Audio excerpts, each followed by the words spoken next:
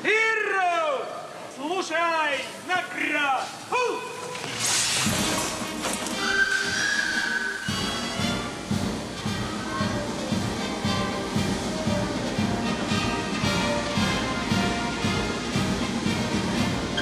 Береги себя, Ники!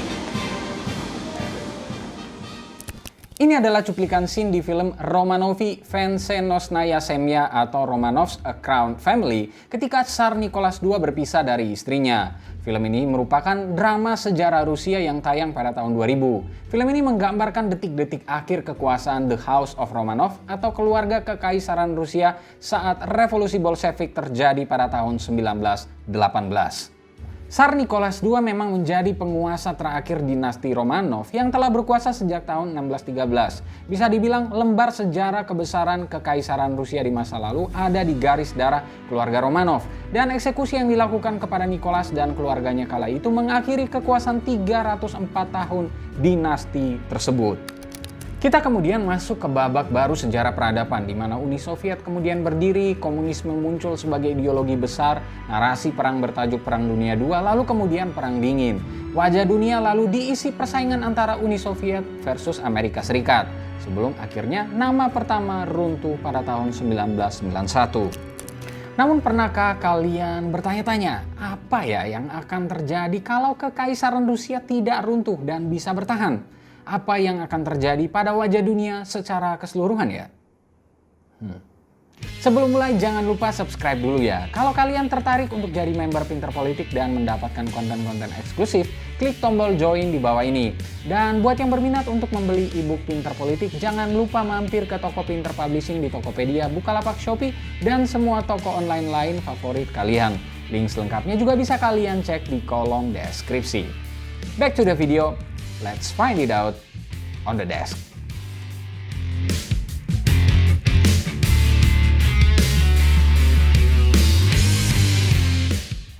Sebelum bahas soal apa yang akan terjadi jika kekaisaran Rusia tidak runtuh, mungkin perlu bagi kita untuk mengetahui latar kondisi di era-era akhir kekuasaan Nicholas II. Bernama lengkap Nikolai II Alexandrovich Romanov, yang merupakan putra tertua dari Tsar Alexander III dan dimahkotai sebagai raja pada tahun 1894 menggantikan ayahnya. Tulis di kolom komentar ya kalau kalian ingin kita bahas sejarah keluarga Romanov dari awal. Nah, di awal-awal kekuasaannya, Nicholas sebetulnya kurang pede untuk menjadi penguasa Rusia. Saya tidak dipersiapkan untuk menjadi Tsar. Saya tidak pernah ingin menjadi salah satu dari antaranya. Demikian kata Nicholas. Ini memang terjadi karena sang ayah tak mempersiapkannya untuk jabatan tersebut. Alexander III sendiri juga dikenal sebagai pemimpin bertangan besi, menekan kebebasan pers dan kebebasan masyarakat. Akibatnya, Nicholas mewarisi kondisi politik yang mulai diwarnai oleh riak-riak ketidakpuasan terhadap keluarga kerajaan. Ini bertambah buruk beberapa hari setelah penobatannya, di mana terjadi kerusuhan yang menyebabkan meninggalnya sekitar 1.400-an orang. Mereka berdesak-desakan untuk mendapatkan souvenir dan hadiah yang diberikan saat itu. Nicholas akhirnya mendapatkan julukan Nicholas the Bloody gara-gara tragedi tersebut.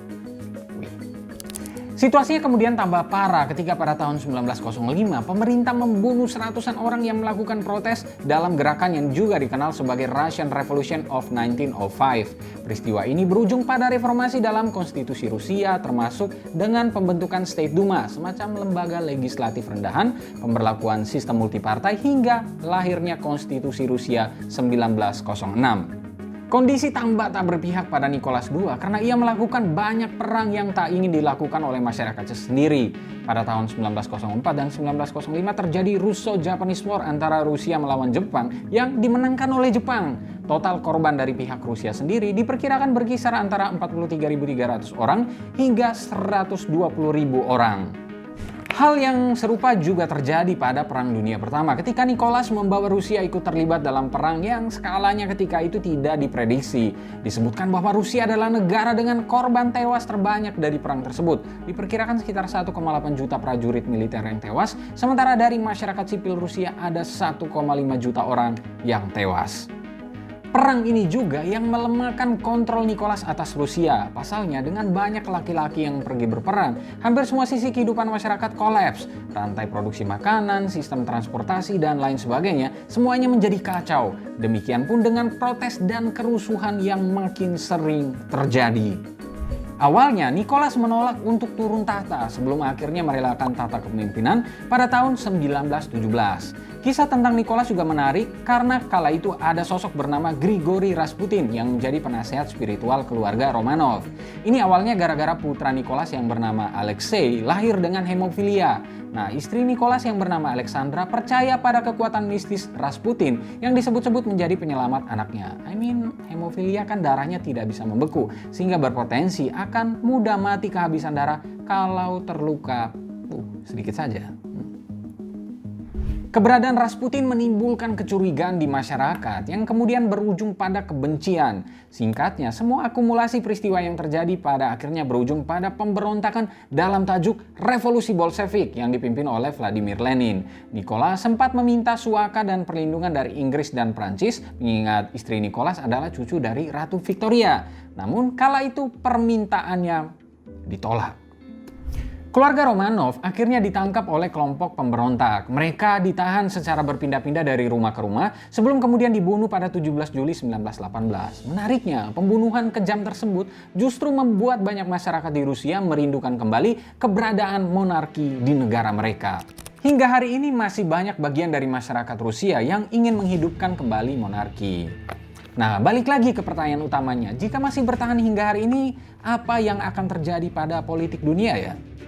Well, jika Kekaisaran Rusia masih bertahan hingga saat ini, maka kita akan menyaksikan salah satu entitas monarki yang besar dan masih berkuasa hingga saat ini. Sebagai catatan, Kekaisaran Rusia adalah kerajaan terluas ketiga dalam sejarah manusia, hanya kalah dari British Empire dan Kekaisaran Mongol.